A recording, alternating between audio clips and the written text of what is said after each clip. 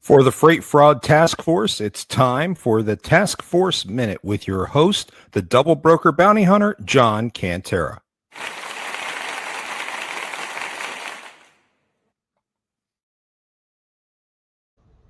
Hey folks, Snomageddon is still upon us. The impacts are still being felt, particularly across the southeast, mid-Atlantic, and northeast. If you have freight that's still sitting out there in the southeast, Tennessee, Carolinas, etc., understand it's going to be a while before it actually gets moving again. Remember, these states are not exactly equipped to deal with this kind of weather.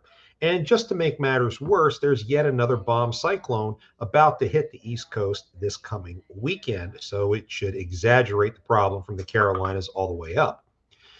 But with that being said, the scammers are also still out there and working very hard to steal your freight and to steal carriers' money.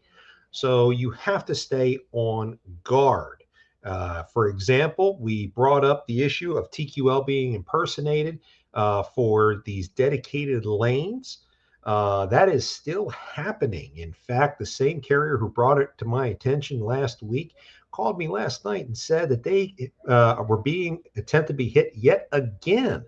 What's happening is the scammers are calling from a TQL phone number. So they are spoofing TQL's phones, and they are saying that they are basically connecting a small motor carrier to a shipper for direct contracts for a percentage, of course. Don't give over your information. These are scams. TQL does not do that kind of thing. If you ever think that there may be an issue, don't hesitate to call TQL and ask the question. And if you can't figure it out for yourselves, talk to us at the Freight Fraud Task Force. We're happy to help and get you a good answer on something that may just be too good to be true. Catch you next time. For the Freight Fraud Task Force, this has been another Task Force Minute. Please be sure to like and subscribe on all of our social media. Until next time, don't let scammers take you for a ride.